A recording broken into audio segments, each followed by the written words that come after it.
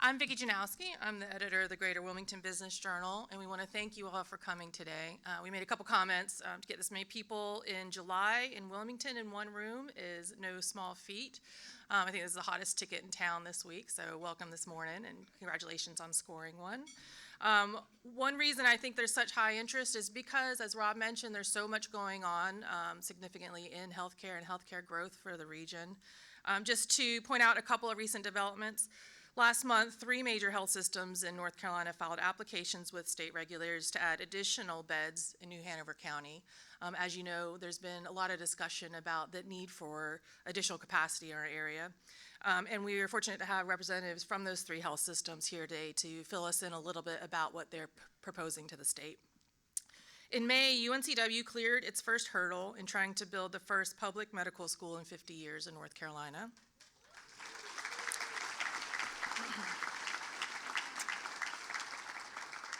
And all this is happening with the backdrop of the population growth we're seeing, the national trends of looking down the pipeline for providers with doctors, nurses, and other healthcare professionals.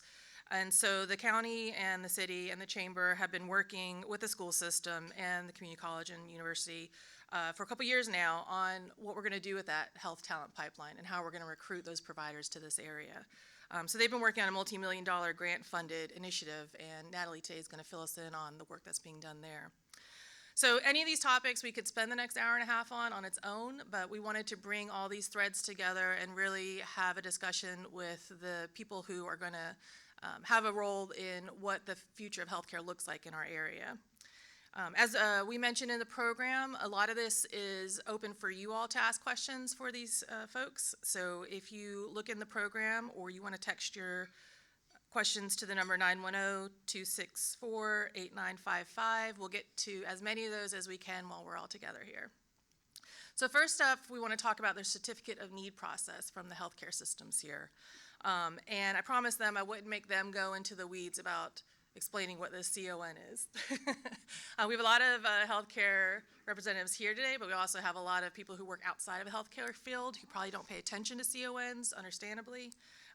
But they're happening all the time in North Carolina, and most of the times we don't pay a lot of attention to them. But anytime a major piece of equipment or new beds or nursing home bed capacity is requested, it has to go through the state. North Carolina is one of 35 states that require this, and we'll talk a little bit more about the opinions on that and whether that should be changed.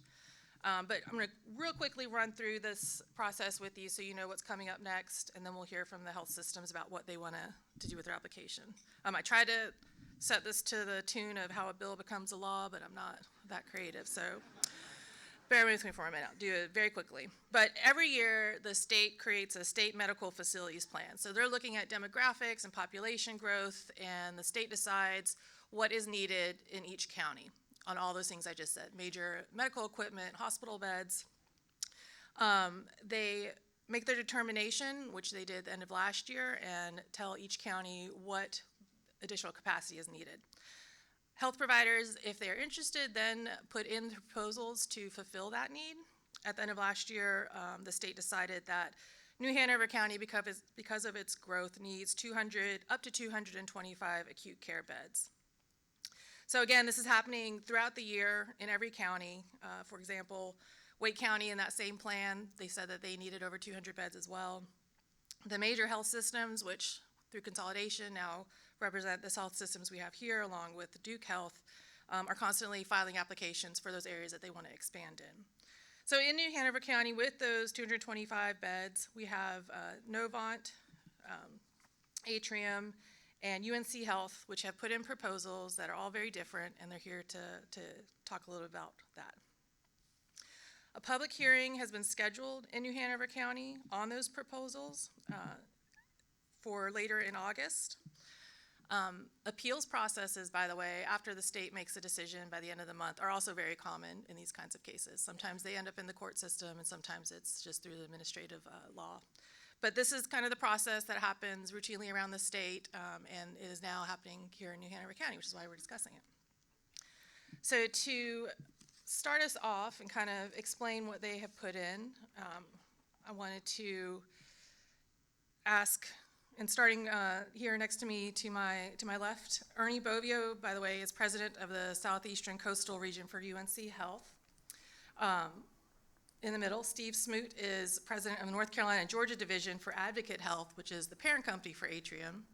And then Lori Whalen is the president of the Coastal Region for Novant Health. And also joining us today is Natalie English, head of the Greater Wilmington Chamber of Commerce, to talk to us about this workforce development and the health focus here, and Chancellor Aswani Valetti with UNCW to fill us in about the medical school plans. So kicking us off with what you all propose and what you want to build here in New Hanover County, just to go alphabetically. Ernie, can you spend just a couple minutes and tell us what is it that you are asking UNC to build here locally? Sure. So UNC Health's mission is to improve the health and well-being of North Carolinians and everyone that we serve. And we've been extending that mission across the state into communities where there's a need. And there's a clear need here with the population density and the forecasted growth. And so we've applied for 150 of the 225 beds that are available in the state medical facility plan to construct a general acute care hospital. If approved, we will construct that on a 62-acre campus at the southeast corner of Shipyard and 17th Street. And that gives us plenty of room for expansion over time as the community continues to grow. That hospital will start off with all the basic services that you would expect in a general community hospital: medical, surgical services, diagnostics, therapeutics, emergency care. And if approved, it's going to take us 4 to 5 years to open that hospital. And so in the interim, we'll be investing in a pretty robust outpatient network of medical office buildings to accommodate the clinics for all the primary care, specialty care physicians that we'll be recruiting during that interim period. And also we'll be developing more outpatient diagnostics and treatment facilities throughout the region. So that's our proposal. We're very excited to be able to serve this community if approved. And UNC Health has been serving Wilmington for quite some time. There are over 30 UNC Health pediatricians in this community, and over 30 advanced practice professionals providing pediatric subspecialty care. So UNC Health's been here for a while, and we'd like to expand into adult services. And Steve, what is Atrium's proposal? Yeah, thank you. Can you hear me okay? Okay, if I can, I wanted to just start off thanking you for your story about your daughter, Addison, I think you said.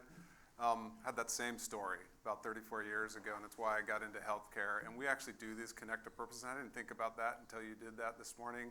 What we're about is a lot more than just these business discussions, so thank you for grounding us in what really matters. I appreciated that.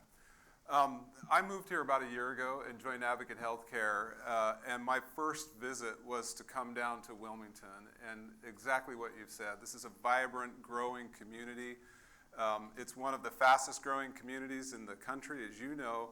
Another stat you may not know, just because you've been growing so fast, is you're the first or second largest metropolitan area with only one healthcare provider. And that's not right or wrong, it's just what's happened as we're growing.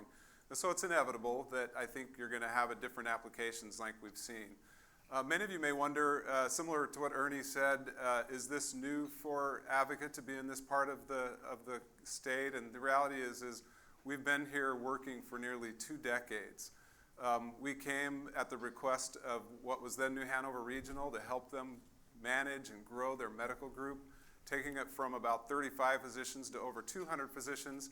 Understandably, that transitioned to Novant with that exchange.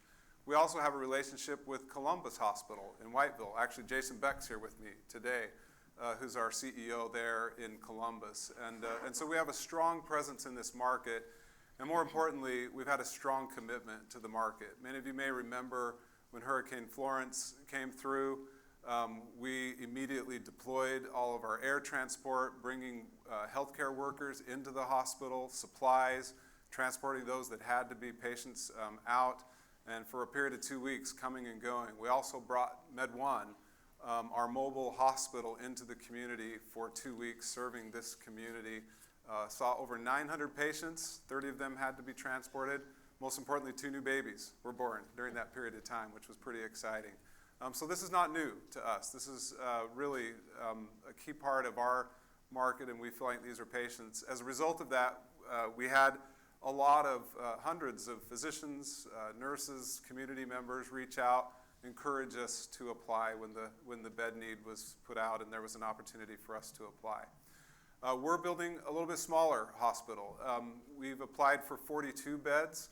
Some of that is a strategy that we've used throughout the state to go into areas like New Hanover that is growing.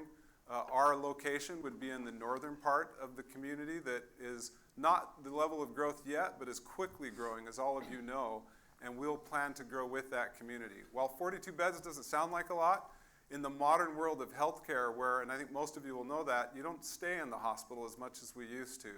So it'll be a very robust campus with all the services that you would find in a hospital, supported by Sanger Heart and Vascular, Levine Cancer, all of the wonderful resources that we have at Advocate Healthcare. We'll bring the very best of that into the community when we open that. We'll also build that hospital with the ability to grow as the community grows and anticipate that we would add additional beds over time to meet the needs of the community. We've done this model numerous times, and it's been fiscally conservative but appropriate to provide the right levels of care and grow with the community, and we're excited to be a part of that. Finally, we've talked a little bit about Advocate, and most of you know Atrium as our name, primarily based out of Charlotte, and over the last decade, we've grown significantly. It was interesting to listen to Duke Energy talk about, as they've grown, how that delivers value back to customers, patients for me, sorry. We feel the same strategy with Advocate and have delivered on that. Over the last decade, we've grown to be the second or third largest not-for-profit system in the country. And as a result, we've been able to reduce costs by about $1.5 billion, increase life expectancy in the markets that we serve, and have best practice everywhere that we go. And we want to bring that strength into this community, which deserves the very best health care. So we're excited to be a part of this community. Thank you for allowing us to come be here today. And Lori, Novant also submitted a proposal for all up to the 225 bed availability. What is Novant wanting to expand on its already existing presence? Yeah, I'll start. Well, I do want to start. Thank you, Steve, for recognizing the story. That was 2 times walking in today. Someone mentioned their experience at Betty H. Cameron Women's and Children's Hospital, which is a pretty phenomenal and special place for those of you who might have had an experience there. So thank you for sharing that. Thank you for recognizing. So our plan really started about 2 years ago. You know, we kicked off a master facility plan for the region because we anticipated this need coming well ahead of the state medical facility plan dropping the 225 beds this year. And earlier this fall, we announced the largest project ever committed, the largest commitment to any community by Novant Health of $1.26 billion that was approved and funded by our coastal region and Novant Health Board. So for those of you who are in the audience that may have approved that, thank you for committing and investing in this community. So our plan really platform is to continue to build on the advanced care platform we already have and to continue to elevate the level of care. When we started to take a deep dive into the data of what we've seen, what we're seeing, and obviously what we're projecting, when we look at what we're seeing with population growth and also with age, it became pretty clear that what was needed was access to advanced care, or what we call tertiary care. And so that was where we felt the investment was needed. When we look at those services, it's projected to grow by 46% by the year 2033. So we realize we've got to meet that need. So we're gonna expand access to our nationally ranked heart program by building an 8-story heart and vascular tower on our main campus. That is where we would be including the 225 beds if those were awarded. But it's also going to have all the additional services needed for top-level heart and vascular care. So cardiac operating rooms, cardiac ICUs, cath labs, cardiac imaging, everything that you need to support that care. And by expanding there, we're also going to be able to expand in our main tower to more advanced and more capacity for advanced surgical, medical, and oncology care in our main tower. As a part of that, we're also going to be renovating and expanding our first floor on the main campus. As many of you know, our hospital was built in 1967, and so a lot of the support services in that are landlocked, and so we really need to be able to expand that to support this growth over the next 10 to 20 years. To do all of this and to accomplish it, we need to relocate our rehabilitation hospital. So we are going to be moving that over to our orthopedic campus. It's going to become a freestanding hospital. It's going to be more than double in size. Construction actually starts this month, so we are very excited to be able to bring that expanded access to the community. As well as we're also going to be building an additional outpatient heart and vascular building on our Heart Center campus to be able to complement and be able to meet the needs of the physicians that we are recruiting to meet that. We are very excited about these plans. You know, I think once executed, it will be really transformative for our region. I've been here in this community for about 30 years. I plan to be here for the next 30. You know, my goal is to secure the future of healthcare for this region, and I think this plan sets us up pretty nicely to do that. Okay, thank you. And real quick, before we go on to other big project updates, we're getting a couple of questions from the audience, and this speaks to how the application process works. But a couple of questions have come in asking why Advocate and UNC didn't apply for all 225 beds. So how does that work? Well, I'll start. So one of the things the state looks at in the applications is the applicant's ability to utilize the certificate of need assets. I feel very confident that we've developed a strong application that does demonstrate that we can utilize the 150 beds within the appropriate time frame that the state's looking at. We're also anticipating over the next coming years, within 5 years, more beds being available through the state medical facility plan that we'll all apply for. So there's more beds that will be coming, but we can utilize the 150 that we've applied for. And I don't know if that was beautifully said. I don't know if I could add a lot other than you get measured on the proposal you put forward and the validity of it. You've got to be able to defend that. And so we feel like same thing. We've put together a strong defensible plan for what we want to do. Okay. And if you do have other questions about the proposals and what they're looking to expand on, again, feel free to continue to text them in.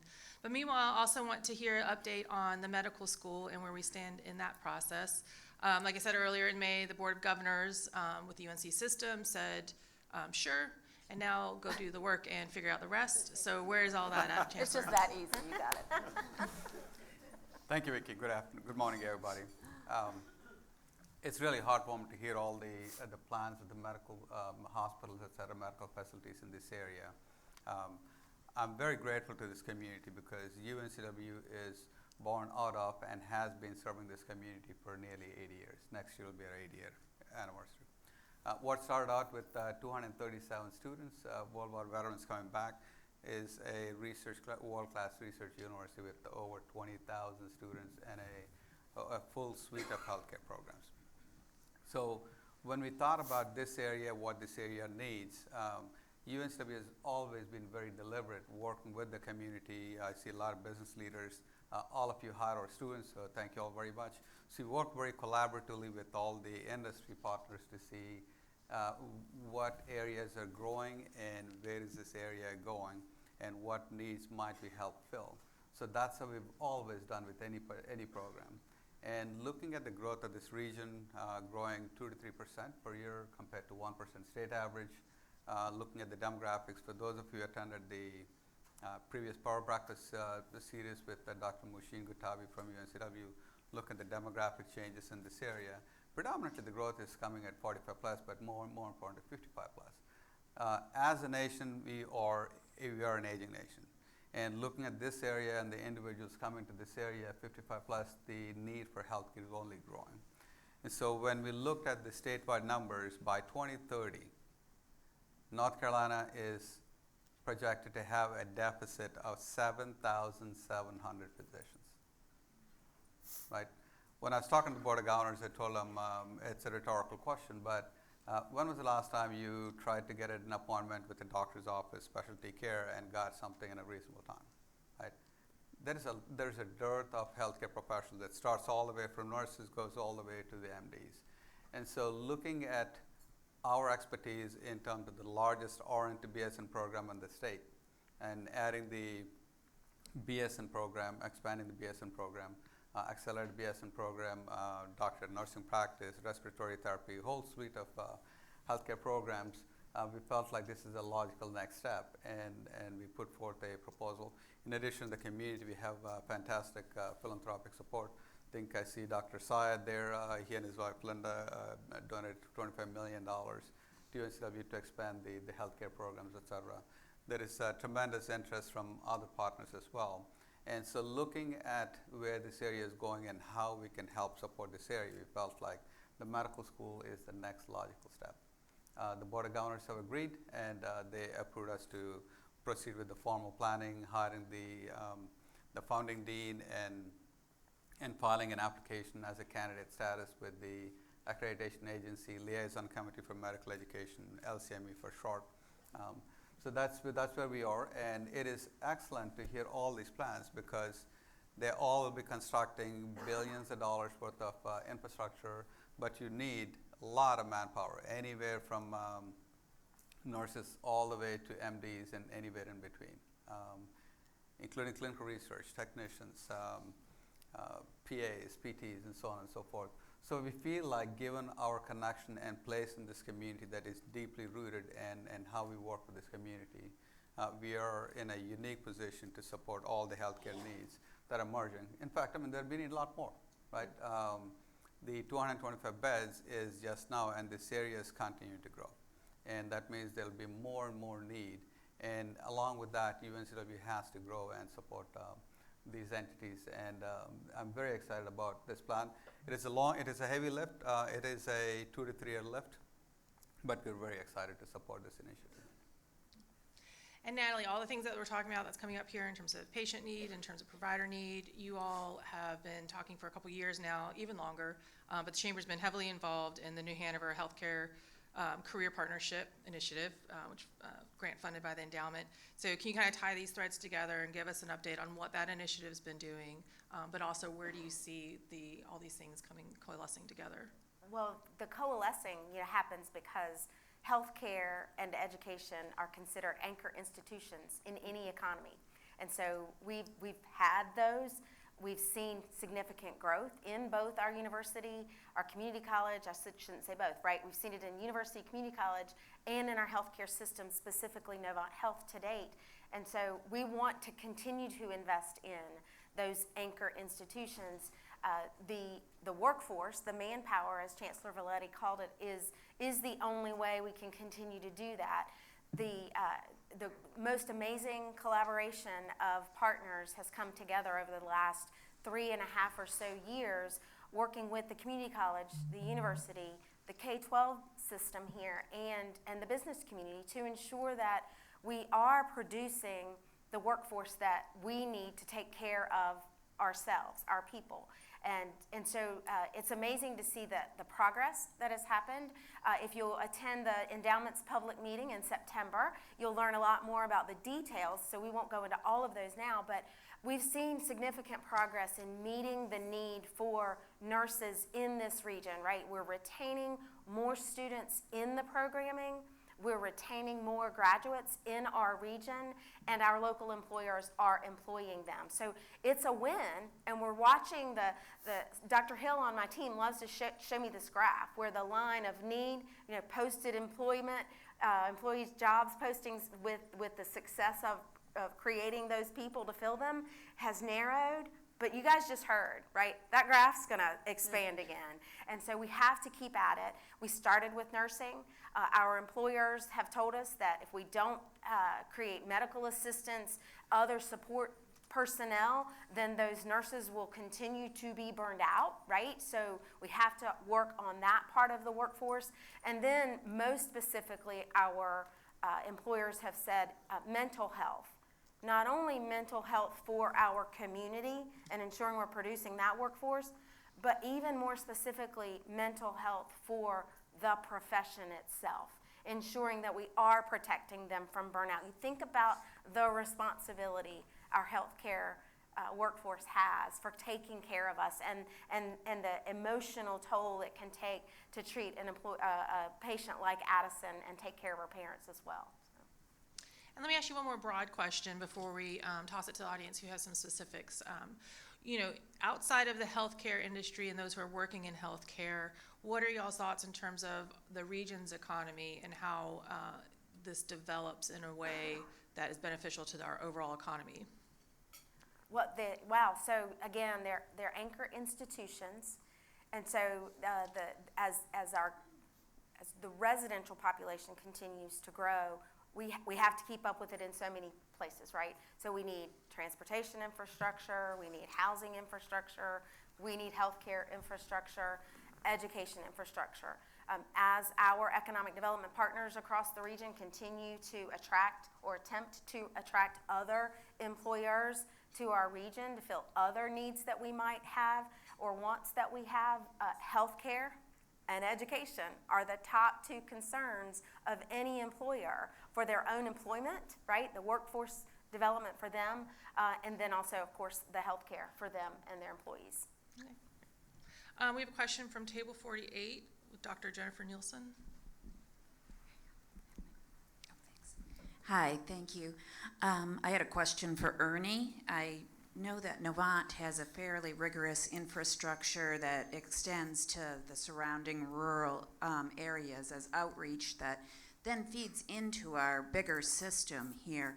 And I was wondering how UNC would rapidly and safely manage to build such a system here. So UNC Health has demonstrated throughout the state their commitment to rural health. There are many, many communities that were struggling to provide health care, were closing services, were losing physicians, and UNC Health has entered those communities and made significant investments to support those hospitals and those regions. And so we're not just looking at Wilmington and a hospital in Wilmington. We're looking at a 7-county region with a population that will be approaching 1 million in the next 5 to 7 years. And we're surrounded by rural counties and rural communities. And so part of our plan is to, as I mentioned, in the next 4 to 5 years, as we're constructing a hospital, if approved, then we'll be making those investments in Brunswick County, Pender County. We're already doing some stuff up in Onslow County and Jacksonville. But that's part of UNC Health's values and priorities is rural health, and we'll extend the mission into the rural communities surrounding this region. Okay, and table 15, Amanda Garrett.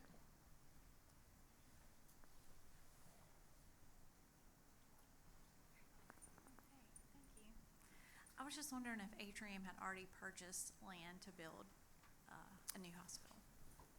So we're in the process is probably the best thing to say. So we have to be able to show that we've got that happening. So we're in the process right now. I guess same question then also for UNC Health in terms of the land. You talked a lot about that land you identified. Yeah, How's that work? the land hasn't been purchased, it's under contract right now. And how, you mentioned this a little bit earlier, Steve, in your opening remarks or description of it. What was the decision-making process of where you are focusing on for both of you? So obviously we study just like everybody here. What is you're thinking about where to go from a business standpoint?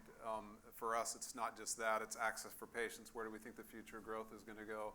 And it's pretty obvious when we started looking at the north end of the county and started talking about lands. The developers that we were working with then started opening up to us about all that's about to happen out in that end of the county. And similar to what Ernie said, same strategy that.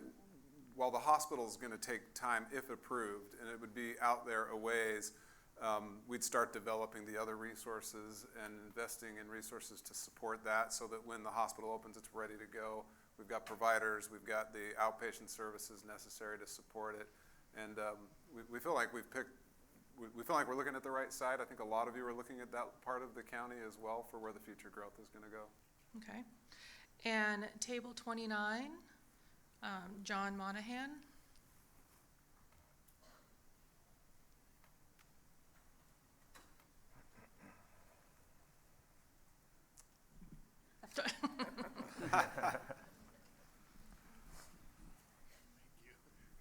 Good morning, and thank you for being here. Question to the panelists. Do you all believe that the community in the area needs all three of your proposals? And if so, what's the likelihood that the state would approve all three? I think there's a likelihood that, I mean, who knows what the state's going to do, really? I mean, they could split the beds between the three of us. You know, they're all strong applications. They all can support the assets that we're applying for. You know, I think we all need to acknowledge and recognize the investments that Novant Health has made in this community. It's significant and substantial, and we should all be grateful for that. They're doing an awesome job. But wouldn't it be great for multiple healthcare systems to be making multiple significant investments so that we can meet the current need and the future need? You know, and we're all of us up here have to be thinking 10 years from now, 20 years from now. And, you know, my vision for 20 years from now is you do have multiple healthcare systems, you do have a choice and an alternative, and it's a hard choice to make because everyone's performing at such a high level. And in 20 years, I'm going to be a utilizer of those services, and I want to be able to make the hard choice on who I go to see. Yeah, I think patient choice always improves quality and keeps cost in control. If you were a shrinking community, like there's a lot of communities this size, I'd have a different opinion, but the way that you're growing so fast, and Ernie said it exactly right, we don't have the luxury of thinking about tomorrow. We've got to think 5-10 years out, given the time it takes to construct, the approval process, the capital that goes into that. And there's a lot of other communities that are this size and growing that have this level and number of providers that come into the market. So. Yeah, I'll add, I think New Hanover County needs all 225 beds and then some. You know what I mean? I think that's our biggest advocacy when it comes to CON is that the state has to keep up with the growth projections. You know, we can't constantly be catching up from a bed perspective. And I think choice is important. You know, I think there's lots of choosable services within healthcare.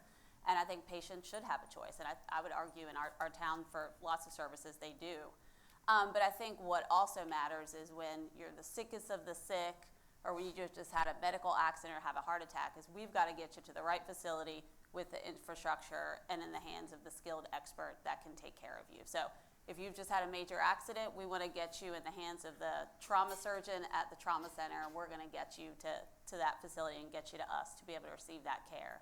But I think regardless of whoever comes to town, whether it's a new healthcare system, independent provider, I think is the largest academic medical center and the largest provider of services in the region, you know, we think it's our responsibility to work with any of these groups to make sure that our community is cared for, that care is not fragmented, and that we're able to coordinate that care. And so that I feel responsible for, and I'll commit to that for the foreseeable future. And I was going to ask this question next of the Chancellor, just to kind of tie in how the roles are with the providers, but Bill Smith at table 32, I think, phrased it even better. Thanks, Vicki. Chancellor Valetti, I'm Bill Smith. I'm a cardiologist in the community. Thank you for engaging and listening to business leaders and healthcare leaders and thinking about what we need for the future. We do need help with recruitment and workforce development. Really two questions along the lines of the medical schools trying to understand its mission.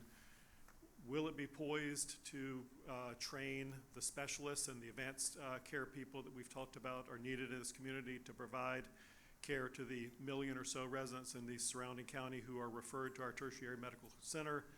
And where will those medical students train? You know, what will be your hospital partner, you know, for training these people students as we move into the next decade? Yeah, thanks, Steve. That's a great question. We've had a long-standing partnership and working relationship with Novant, for example. We've been placing our nurses and all the other healthcare program students into Novant Hospital. There are two different models. Some medical schools have their own hospital, just like UNC Health does, and you can place your students into your particular hospital for clinical placements and potential residencies and so on and so forth. And there are plenty of other medical schools that don't have a hospital associated with it, but they have a very strong partnership with a hospital or multiple hospitals in town. And That is the model that UNCW is hoping to go. It's a distributed clinical placement model where we are working with Novant, MedNorth, the VA hospital, any other hospitals that might be coming here. Remember, all these units are looking for the healthcare talent. Either they had to import it from somewhere else, in which case they might come here, maybe they'll stay here, or they go back, which is mostly the case, to wherever they came from, or we cultivate our own who already have local ties, deep-rooted connections with the community, and there is a higher likelihood of staying here. So our model is focused more on the distributor model, where we are going to be working with partners like Novant and any other hospital or hospital systems or independent units that might come to this town, and use them for our clinical placements. In fact, we already have a lot of commitments for clinical placements from all these entities. When it comes to residencies are a national pool. Whether it is ECU, Duke, Wake Forest, UNC, it doesn't mean that they only go into their UNC Health Hospital. It's a matching program. They say, I want to get here and any place else in the country, and they want to take you. It's a matching program. So our hope is to work with the hospitals here, including the one whom we have a very long relationship with, and keep those individuals here. One reason why we are going in this model is studies have shown that if a student were to go to a medical school or do their residency in a particular place, the chances of retaining them is about 40%. If they were to do their medical school and do their residency in the same place, same community, then the chances go up to 70+%. But imagine recruiting students from Southeast North Carolina who already have deep connections, and they go to medical school at UNCW and then go to a local hospital for their residency, then the chances go up 80+% more. That's right. All right, so that is the model we want to use. To your second part about the specialties and so on and so forth, UNC Health, ECU, there are plenty of schools that have been operating for 50+ years and 100+ years in case of UNC that produce fantastic students in specialty care. What we want to start with is the primary care specialties. And when we poll the hospitals, this community, bulk of the need is in the primary care specialties. It doesn't mean that you don't need the other specialty cares, but there are already other institutions that are pitching into those things. So we got to start somewhere, but we felt like the need is most acute in the primary care specialties and rural healthcare.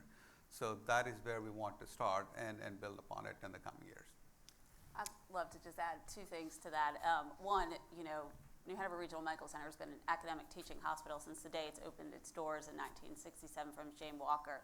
And we had our largest residency class start this year. And so we have over 100 residents currently under the leadership of Dr. Sharon Hanlon. I don't know if she's in the room, and she's got big plans to be able to continue to not just add residents, but add programs. We just graduated our first fellow this year of minimally invasive surgery, which was exciting, and we're committed to meeting the needs of our healthcare training partners by continuing to grow those residency programs. And as Dr. Valetti said, we already retain about 60% of our residents in this community, and so that's why that pipeline is so vital. So if we add a UNCW medical school, of which we are very excited about, that 80% number will probably get blown out of the water. And so that's really how we're going to attack, these problems of shortages, is really from a pipeline perspective and keeping those individuals local. So we're very excited about this prospect. And if I could also add that the collaborative, the New Hanover Healthcare Career Partnership, has worked closely. The university is now in an admissions process, right, considering the intent to stay local when students are applying as a way to ensure that we get to that 80%. Vicki, all of us have a strong focus in academic medicine. You may know that we have accountability for Wake Forest University as well. Wake Forest Medical School is part of Advocate Healthcare. The number one job we have when we're running hospitals, probably the most critical and sometimes the most challenging, is recruiting physicians. And a strategy is to be willing to work with absolutely the universities for nursing slots, for physician slots, all of that. So we're all going to be welcoming that relationship in every community that we serve. And Natalie, maybe you can give us some insight too. We're talking a lot about the physician shortage, which is well documented. But what's happening locally, or what are we doing to address nursing shortage, health professional shortages? Like, what are some specific things that are going on around here? Sure. The New Hanover Healthcare Career Partnership, the focus of the original grant as submitted to the endowment and the funding that was then delivered to us, it created programming at the community college level to make sure those students who were entering, who tend to be local anyway, right? So the percentage of chance of keeping them in our systems is higher. Those programs were around making sure that we are investing in those students to keep them in the program. They're smart enough to get into it, but we weren't retaining enough of them in the system. The university, we were training in our region the nursing workforce for regions across the Southeast and not retaining enough of them. And so having a focus again on recruiting students who do have an affinity for our region and who are willing to commit there. The Novant Health invested scholarships in both of those institutions alongside the partnership development plans. And then the K-12 system built healthcare academies in the Career and Technical Education Institution as a part of this partnership. So, and not as a part of the partnership, but also endowment supported, the Chamber's Career and Leadership Development Academy. We're exposing 7th graders, and then 8th and 9th and 10th, and next year 11th graders through this academy in healthcare. Each year we've identified what those students, when they graduate from 7th grade, say they want to be when they grow up. And if they want to be in healthcare, we now, as a partnership, have a shared database. We put those students into that database, and we continue to inform them about other opportunities. So there are pathway programs and opportunities run by our schools, all 3 institutions, by nonprofits in our community, and making sure if a student says, I think I'm interested in healthcare, that they know what the opportunities are to continue learning about jobs in healthcare, and then building on that year after year after year in the hopes that they choose Cape Fear Community College, UNC Wilmington, UNC Wilmington's medical school, and then to get employed here locally and stay and take care of our people. Vicky, if So- I could, oh, if I sorry, could add a just- little more. The healthcare talent pipeline is a success story. It is really gratifying to me personally because great things happen when the community comes together. For example, I want to give a big shout out to the endowment, and Sophie, thank you very much. They made a substantial investment in increasing the nursing output by 80%. Yeah. Right? We've been talking, thank you. 20 million plus investment just from the endowment. Another $5 plus $10 million from Novant in terms of scholarships, et cetera. Another $2.5, $3 million plus from the UNC system. In addition to all the investments that the state is already making into UNCW and the healthcare programs, et cetera. We're talking about pipeline. This is how the partnership formed. Talking to all the healthcare providers to see what the needs are in the next few years, and what is the current capacity, and what is the deficit, and what do we need to fill those deficits. It was a methodical study in putting this proposal together, and like Natalie mentioned, it was like a year and a half in the making. And looking at the pipeline, cultivating students, getting them interested in healthcare professions or healthcare programs, going to community college, working with the community college and UNCW, creating a joint simulation labs that way the students are using similar setup, similar software, similar simulation centers, and they work with the hospitals and they seamlessly transition into the workforce career ready. When we're looking at it, when we're investing monies, whether it is Cape Fear, whether it is UNCW, the simulation center supports just more than nurses, right? For example, our PA program, PT program, MD program could also be using some of those things. But when I look at how things are working, it's early in the process. But when I look at how the retention is working, I think over 103% increase. Yeah, I want the community to know how impactful this program has been in a short period of time, right? We're talking about huge problems that are state and national level, but coming together as a local community to be able to solve them and make an impact in that short period of time. You know, we have hired over 1,200 registered nurses since this partnership began. We just hired our largest cohort ever of graduating classes of 200. Those are unheard of numbers that we never had before. And so with UNCW retaining those students locally, our retention rate for those students has gone up 103%. And with Cape Fear Community College, it's gone up 73%. We've been able to retain those nurses at our facility 95% of the time. So the turnover is low, and they have been able to open up all of our beds, expand our capacity, and and that's how we're going to solve problems, right? Coming to the table locally, putting everybody together in a room, and we can make a major impact. So thank you all for your leadership there. It's been tremendous.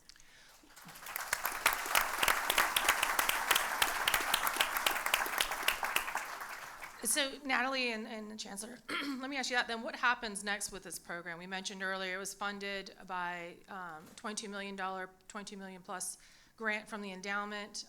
What happens after that grant ends? Is there a plan to make it a self-sustaining initiative? Yes. Okay. Go ahead. No, Go. please. Yes and yes. I think, so some parts of it, especially for those state institutions, right, the goal is that you create something that can then be funded longer term.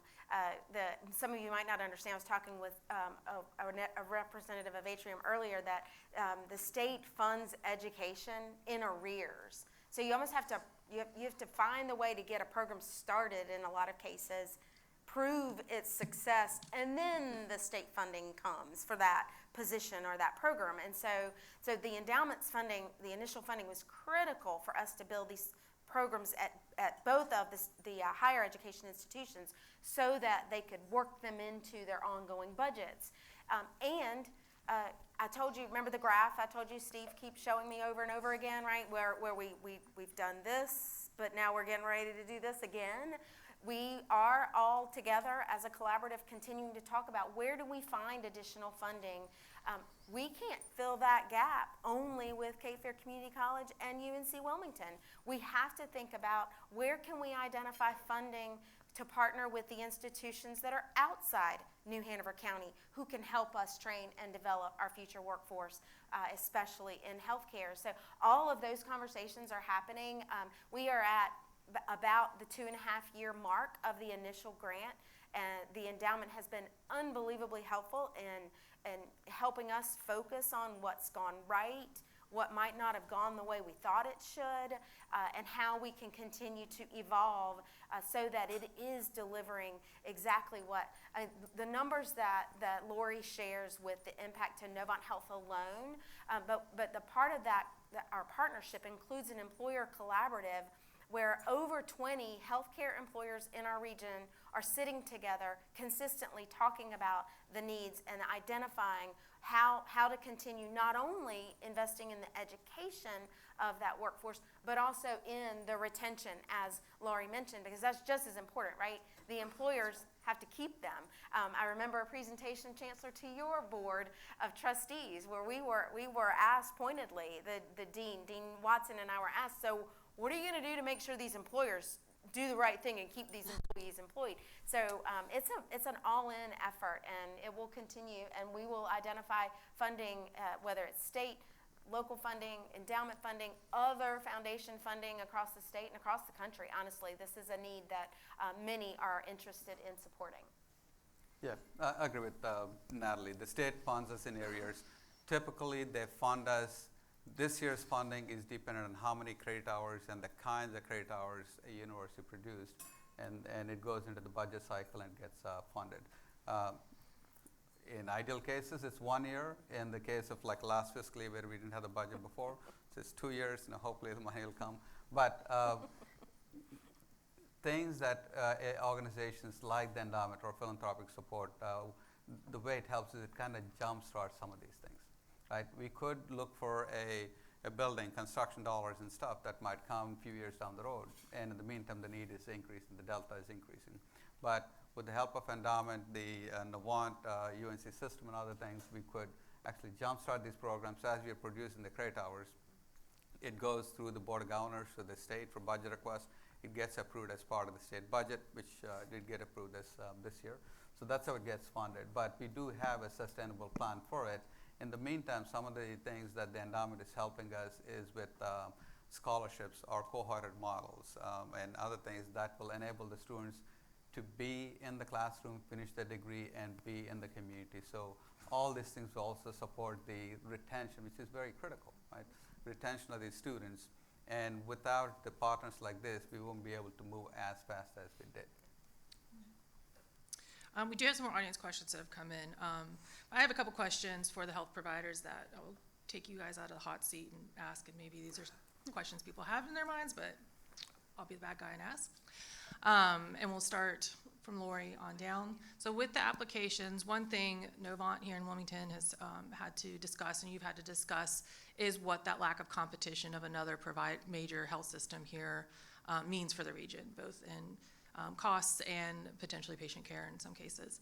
So in terms of discussing this with the community, and if Novant is awarded all the additional beds that are allotted, what is your, I guess, point of view then on that, if that were how it plays out, there will still not be competition in the area? Sure, yeah. Well, I support competition. I don't think there's anyone in this room that doesn't support competition, right? And our docs are competitors. Where are you guys? Yeah. Let me say. Okay, I would put this team up against anybody, anywhere, anytime. And so I think my answer to that is, we're not waiting for anyone to come locally and, help us to, or force us to up our game. We set our own bar high, and we compete at a national level. That's why you have a top 100 heart program under the leadership of Dr. Bill Smith.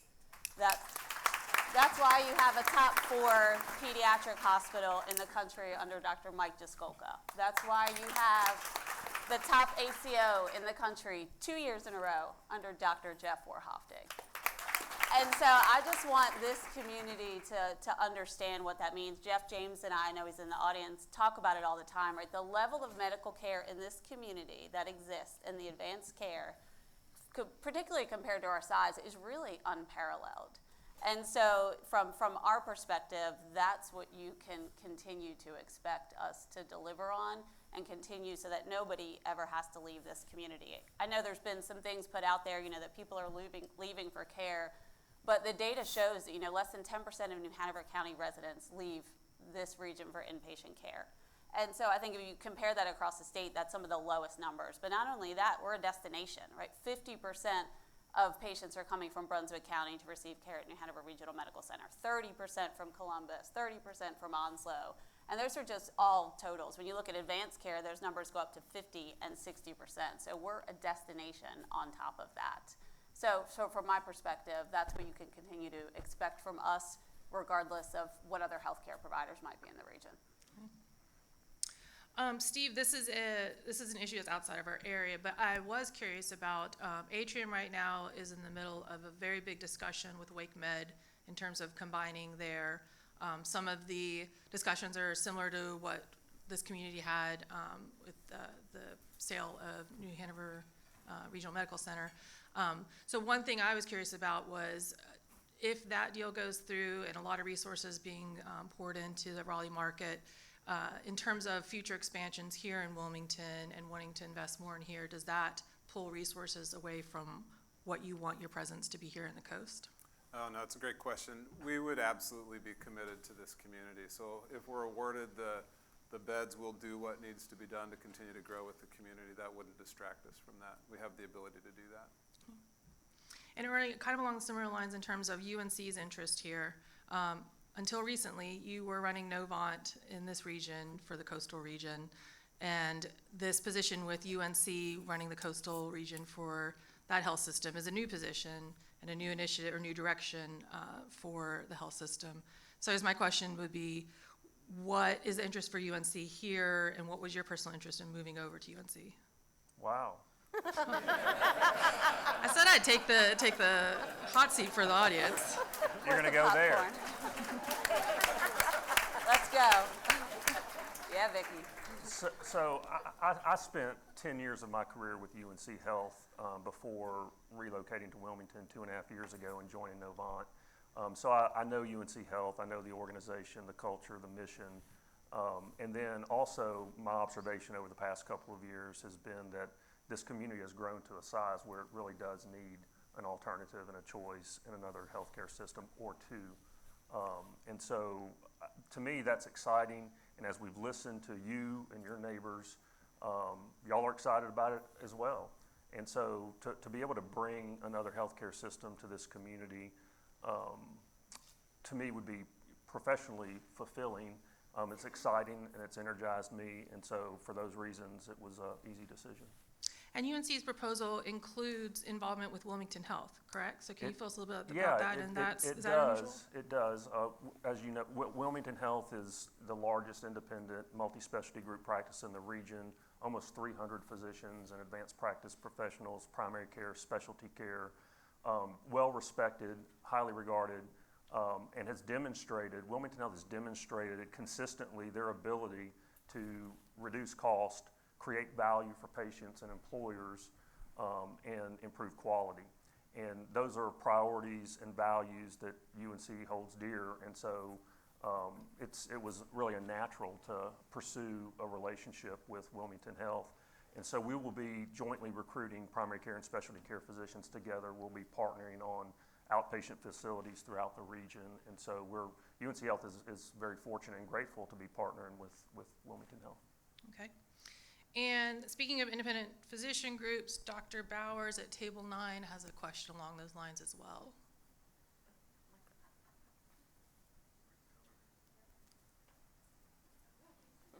Sorry, Jillian. Thank you to each of the panelists for your insightful remarks. Appreciative of Chancellor Valetti mentioning primary care, and Ernie as well. I think it's the foundation of a region's health. My question for the health system leaders is, how do you, to Ernie's point, partner with the independent groups? I think there's a large number of things that the acute care, large integrated facilities can do that independent groups cannot, but there is the opportunity for collaboration, whether it's Wilmington Health, Emerge Ortho, Dawson Med, Wilmington Gastroenterology. What does it look like for you to be an independent partner and for the betterment of the region? Thanks. Vicki, do you care who starts there? Yeah, Vicki, do you want to go first? Yeah, Steve. Yeah, so it's a wonderful question, and we've got a rich tradition of working with independent physicians, and that would continue to be our strategy here in this market. So I like the term we're agnostic of where the paycheck comes from, and healthcare, there's a lot more in common than not, and so even amongst us as health systems, we have common issues we've got to work on. We're all part of a state association. That same kind of collaboration occurs with physician providers as well, and we would absolutely welcome all opportunities to collaborate and work together with the physicians in the community. I'll add there, New Hanover Regional Medical Center has had a long-standing history of partnering with independent physicians. In fact, that's one of the things we pride ourselves on. If you look around the state, a lot of health systems have had to go to more of a fully employed model or higher percentage. And really here it's remained at the 50-50, 60-40 split because we've been able to have such great partnerships with local physicians here in town, Independence, Delaney Radiology, Emerge Ortho, Atlantic Brain and Spine, and Wilmington Health. Jeff James and I've since I've taken my role, have had a great opportunity to work on some things, and we'll continue to partner with them, and they'll continue to support our medical center. So I think as the regulations get tighter, purse strings we are continuing to get tweaked, reimbursements go down. We're continuing to look at how can we support private and independent physicians to stay that model. Many of them want to stay that model, and we want to support them in that. And so what can we do as a health system that's unique or different? Helping them with call burden or helping them from a recruiting standpoint.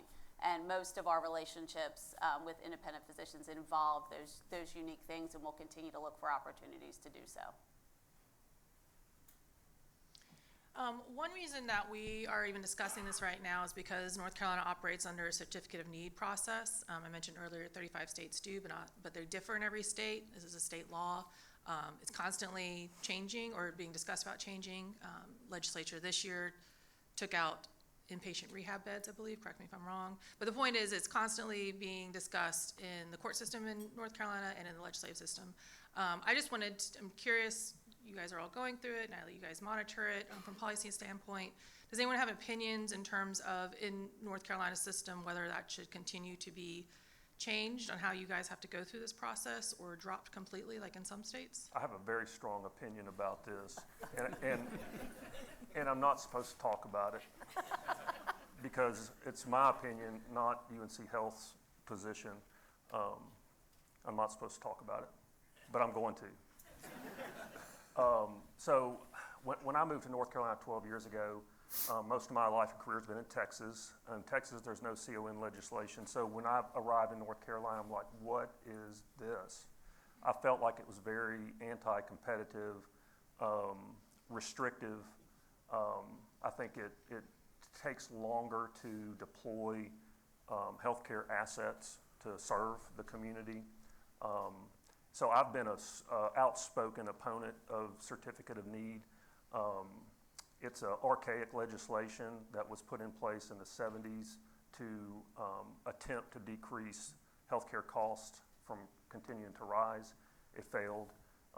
The federal government eliminated the mandate, and so many states eliminated certificate of need. If certificate of need did not exist, there would already be multiple healthcare systems in Wilmington. If it went away today, I could open a hospital in 3 years. It's going to take me 5 years to open a hospital if approved. I think it's bureaucratic, it's administrative, it's costly, it takes more time. I'm not a fan. Tell us how you really feel, Ernie. And recently South Carolina eliminated certificate of need, and so now the healthcare systems in South Carolina are building facilities along the border and pulling North Carolinians into South Carolina, and we can't react quickly enough to that. So we're in the process of reforming CON. We've already made some reforms over the past couple of years that have helped. North Carolina, by the way, has been the most restrictive CON state in the country. It's second behind Hawaii. And so I think this debate will continue, and at some point, I also think it will go away, not soon enough. We all probably have the same restrictions on speaking about CON as the way Ernie just said it. And I think I advocate before, there are people way smarter than me that spend their time studying nothing but CON. And, it's great the state has continued to look at it and evolve and expand. I think there are lots of things that should be evaluated with it, inclusive of the growth rate, as we talked about, and then the process it takes, post that from an appeal standpoint. As we talked about, New Hanover County needs beds now, right? Look, we can't wait 5 years. And so that's my biggest concern with this process, and the thing from my perspective needs to be evaluated. But there have been, to the only comment I would make is there's been beds released for the past 60 years and no one's applied for them before. So I would just make that comment. Okay, I want to make sure we have time for a couple more audience questions. Table 50, Dr. Jessica Burkett. Hi, I'm Jessica Burkett. I'm a Wilmington native, a product of public schools from primary school all the way through med school and a North Carolina residency. Since we let Chancellor Valetti rest for a moment, I'll come back to you. Oh, good. When ECU was founded, their School of Medicine, they had 3 major goals. One was to produce primary care physicians. The second was to produce physicians who served Eastern North Carolina. And the third was to serve underserved students. If you had to put your statement very quickly, what would be your strategies and what would be our goals for UNCW School of Medicine? Yeah, UNCW School of Medicine, our goals are to serve our region.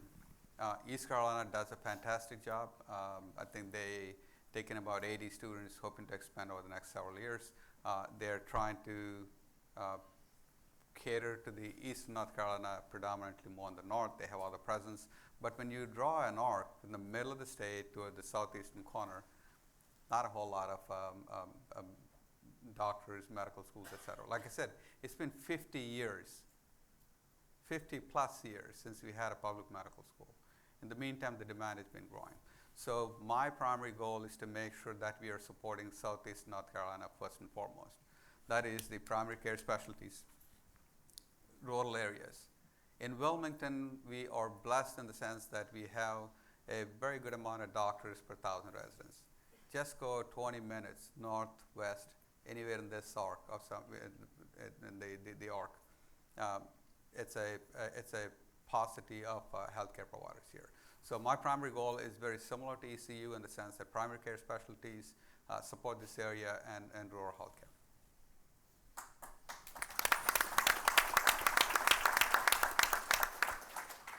Okay, and table 61, John Hennett.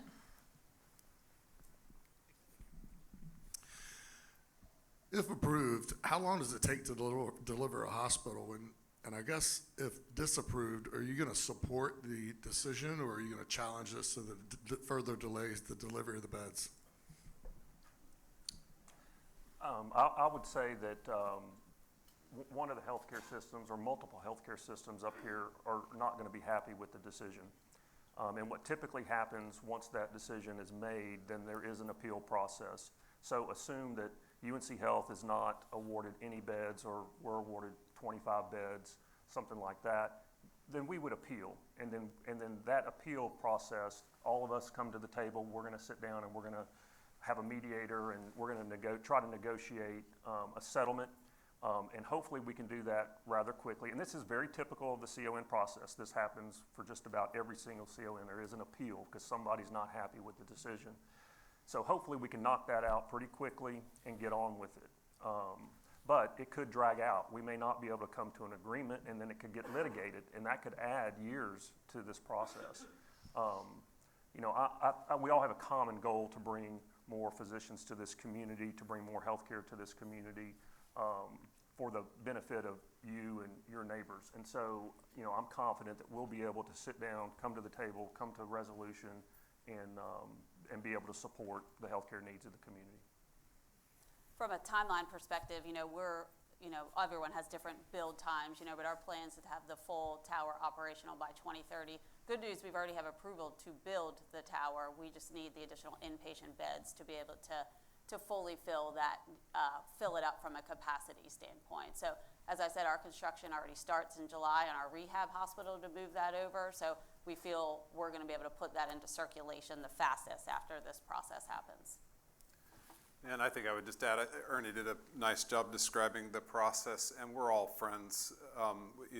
Ernie's been at both systems. We all talk with each other, and we'll want to collaborate and try to do what's right for the community. But we also have to make sure that we can keep ourselves sustainable for the future and our missions as well. And so we got to balance those two things as we think about that process. Okay, and to wrap it up, and I'll start with Lori since we started with Ernie in the beginning. What's one takeaway that this business audience should know from your perspective about the future of healthcare in our region? Well, I think the future's bright. I think you've heard, people are committed to coming together and to making sure the needs of this community are met. So I hope you all heard that today, and I think that goes to the county, the endowment. I think everyone's committed to that. I want this community to know, New Hanover Regional Medical Center has been here for 60 years. We're going to be here for the next 60. And you can expect from us what we've always committed to this community, is being a core part of it, whether it's someone being injured on the beaches and needing to be flown to our trauma center, whether it's setting up a medical shelter at Coddington post-Florence, whether it's helping Corning, with our COVID vaccine clinic so they could stay open during the pandemic. That is what you can expect from us as your friend, your partners, and your community. And we're here to deliver on our commitments. And you've got an entire team of people here committed to nothing but Wilmington, New Hanover County, and southeastern North Carolina. And so that's what I'd want the community to walk away with. Chancellor? Thank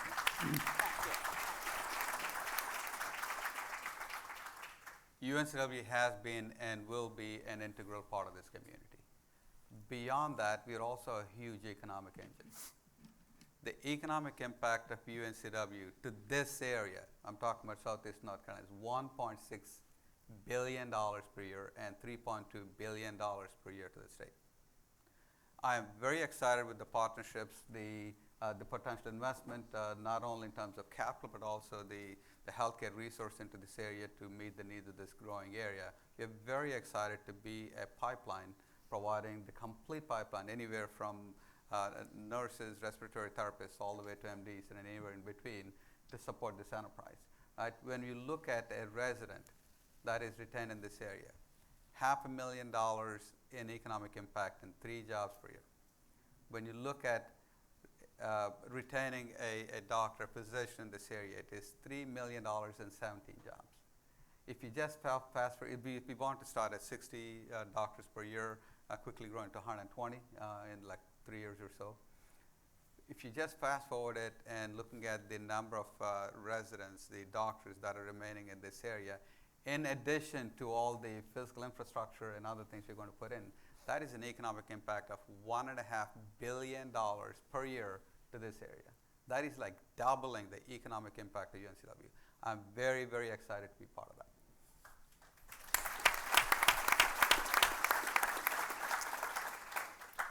Probably a couple of takeaways is, one, you should be proud of what you've heard today. I mean, what an amazing community that's really being thoughtful and planning for the workforce of the future, as well as thinking about healthcare resources. The fact that this sold out and there's the level of passion around this is amazing. I would add, for us, Atrium is not new to this community. We're excited to be here. We're excited to be a part of it into the future. If approved, we'll come quickly and bring additional resources as we go. And probably my final thought, a community this size deserves choice. And that would be my final message for you.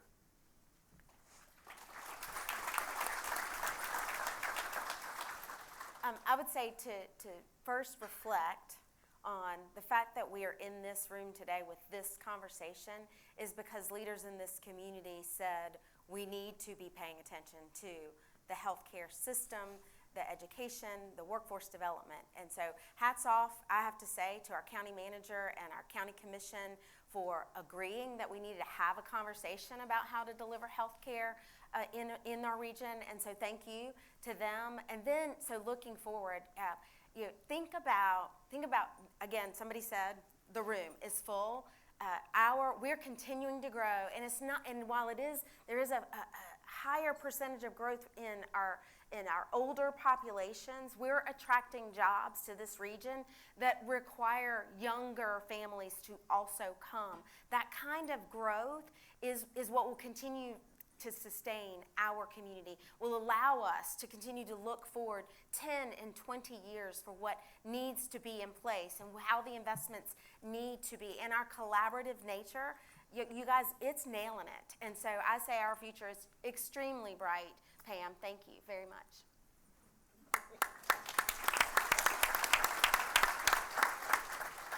I would just say to recognize that this is an inflection point. A medical school, more healthcare, and then fast forward 20 years, like I said, and where are we? You've got choice, and all healthcare systems are performing at a very, very high level. Before I moved to Wilmington, I was in Wake County, 3 healthcare systems serving a population of over 1 million residents in Wake County.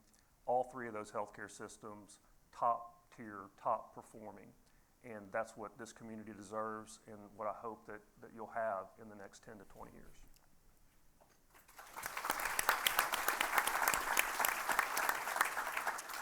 And I want to thank all of you all for joining us and thank the audience as well. Again, we've said it a couple of times, but huge turnout for the middle of July, and I think it's because everybody recognizes this is such an important issue for the region. Conversation will carry on, of course, in our coverage of the Business Journal. We've already read all of these stories, and we'll continue to hear the updates. And then also, Natalie, the Chamber is carrying on this conversation as well, right? So yes, so be sure to join us back here on August 18th, where we'll continue this conversation in more detail with the Greater Wilmington Chamber of Commerce's Healthcare Summit. We'll have the Secretary of the Department of Health and Human Services in North Carolina as a speaker, the state leader of AHEC, our CHEC, but there are those across the whole state. He'll be with us. Our current healthcare systems will be present to dive in more detail of the capital investments that they are making, not only Novant, but also Wilmington Health and Dosher Memorial. So we're excited about it. We hope you'll plan to join us so you can learn even more. detail. Thanks. Thank you. Yeah, there's certainly no shortage. We could go on for 2 more hours. Everyone needs to go finish getting their paychecks today, so we want to make sure we're respectful of your time. Just a couple housekeeping notes. Don't forget your parking passes on the table, the Highland Roofing tent cards, take that with you. And please come join us a couple of weeks from now when we'll be back here for Wilma's Leadership Accelerator, Women's Leadership Conference. We'll be excited to have you here. But thank you very much. Enjoy the rest of your week.